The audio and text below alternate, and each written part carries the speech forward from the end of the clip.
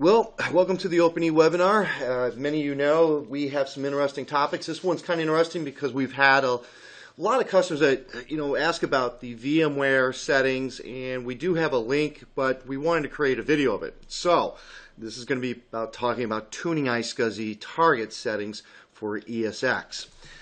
Today's the 25th March, and what we will be covering is creating the iSCSI volume in our target, accessing the hardware configuration from the console screen, and then we'll go ahead and modify the default values that we have in the V6 and V7 target settings.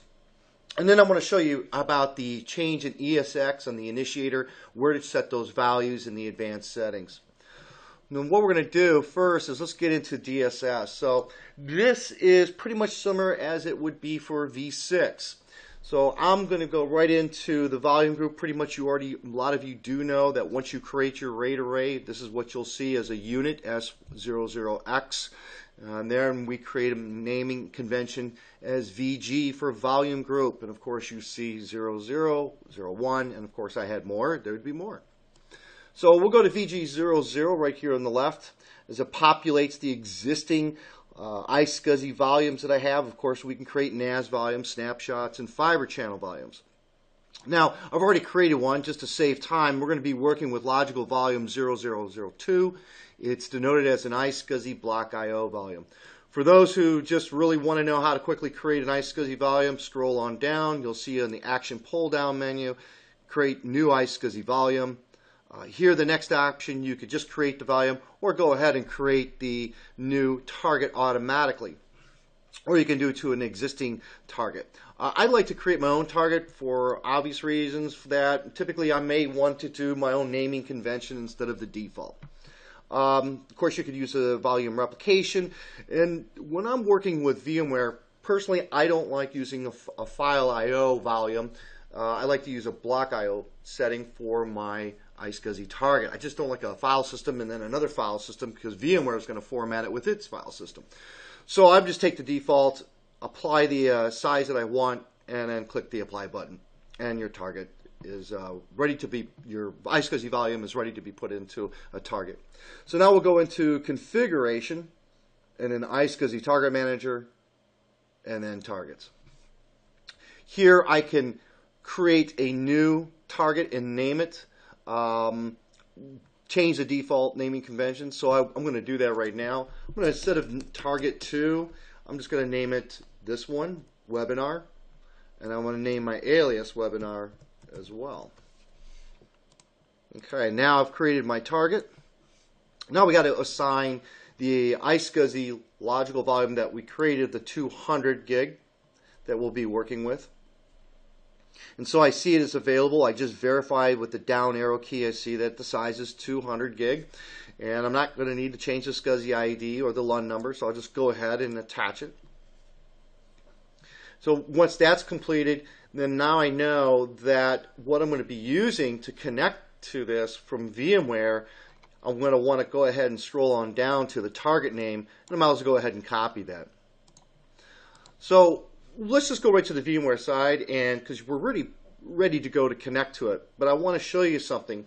If we go ahead and connect to from the ESX to the DSS V7 to iSCSI target I created, you want to go into the configuration tab, and I'm using version ESXi 5.1. So I go configuration, then right here on storage adapters. Then you scroll down to your iSCSI software adapter. Here I'll go right to properties on the right side. I like to use static discovery, especially when I'm using an auto failover, or if you're having an HA environment with ESX, use the static discovery instead of the dynamic. So I'm going to go ahead and add that target that we just created. So here we're going to put the IP address of the DSS V7 server's IP address. And of course, it's asking for the iSCSI target name. So we'll go ahead and paste that. That's the target we created. And click on OK.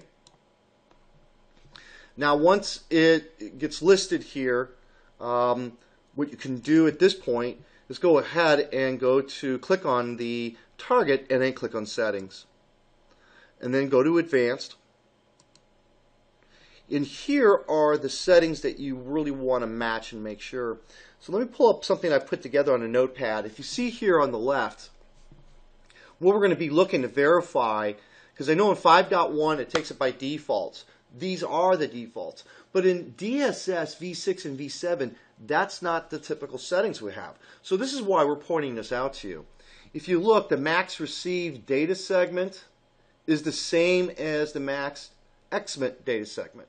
Okay, so you want to make sure those values are the same, and it's 262.144. If we scroll down into the to the VMware, you'll see that the max received data segment is already by default 262.144. So what we did is we are recommending to follow and match the initiator settings on ESX side to the DSS side. So let's point out a couple more for you. The max outstanding ready to transmit value is 8. And by default, that is what VMware sets it to. So if you look here, the max outstanding, it's kind of small, and I can't grab it and highlight it for you. So if you just look where my arrow is at, here you'll see that its default is 8. So these are the settings we want to match on the DSS side. So I'm going to leave this up, okay, because really what we're going to do now is go ahead and set the target on the DSS side to match VMware's side. If you look, let's just go ahead and kill this and just make it cleaner for everybody. So now what we're going to do is we're going to go into the DSS console screen, and you want to be able to open up a either a PuTTY session, SSH session that you want to be able to get into the console screen, or if you have a keyboard and mouse and you're directly connected to the server, you can do it here as well. Okay, so I'm already logged in. This is what you see in the console screen if none of you have ever seen it. I'm using straight PuTTY with VT100 Plus for my terminal keyboard settings. And of course, you log in as default username CLI for command line interface, and then whatever password you put in there. I'm going to use Control-Alt-W. This is where the hardware configuration is located at. And we do ask you to enter the GUI password, not the remote console password, but the GUI password. So I'm going to have some functions here that I'm going to be able to work with. So I'm going to select tuning options, which is the 0 option. And if I scroll down on to number 5, it's the iSCSI daemon options. And then I want to select number 1, the target options. So we created the target called webinar, and it's down here on the bottom. And now if you look, these are the defaults that DSS presents when it creates a target. You're probably asking, well, how come you just don't put them as VMware's defaults? Well, because there's a lot of other different operating systems out there. And this is probably the most valued set, the most recognized set. It'll still work with VMware. But we kind of know that Linux likes to be matched with another Linux target. So if you're using a Red Hat or Ubuntu or CentOS or even VMware, you want to be able to match what they have. Or you can change certain values. If you were set on this value, then change the Linux value. But for VMware, this is what they like. So if we go ahead and change these values, let's go ahead for the first one, the max received data segment length. Here we have 26, 21, 44. Okay, and apply that. And the max burst length we want to change, and that'll be 104, 8576. And of course, the max exmit data segment length must match the received data segment length. All right. Now we have the first birth length. That is matching already, so we don't have to change that. The data digest is set to none. The max outstanding ready to transmit, we default to 1. VMware, I just looks like I bombed out. I hit the wrong key. VMware likes it to be set to 8. So let's go ahead and set that to 8.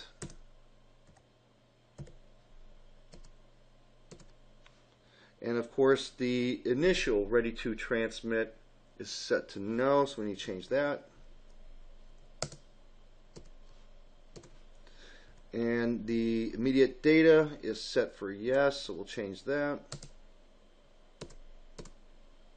And header digest is done. So you want to make sure that everything, recheck your numbers. Even I've made mistakes. So it looks like my numbers all match here, and we're good to go. So now let's exit out of here. And oh, by the way, you cannot change this if you're running in an active-active or an active-passive cluster mode with the DSS v6. It'll lock you and tell you have to stop the cluster. So it's always good when you change these values before you start the failover or get some downtime, maintenance window if you're going to change these values. Otherwise, we're going to lock you out. And also, you don't want to change these values while you have VMs running on that target. So you don't want to do this on the fly. If you are, pause your pause your virtual machines and then make these changes. Okay, so now we are ready to connect and do a rescan.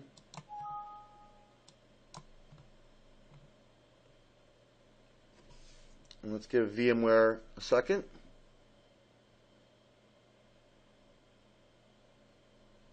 Now let's go look at paths, and we see this path is now ready and available.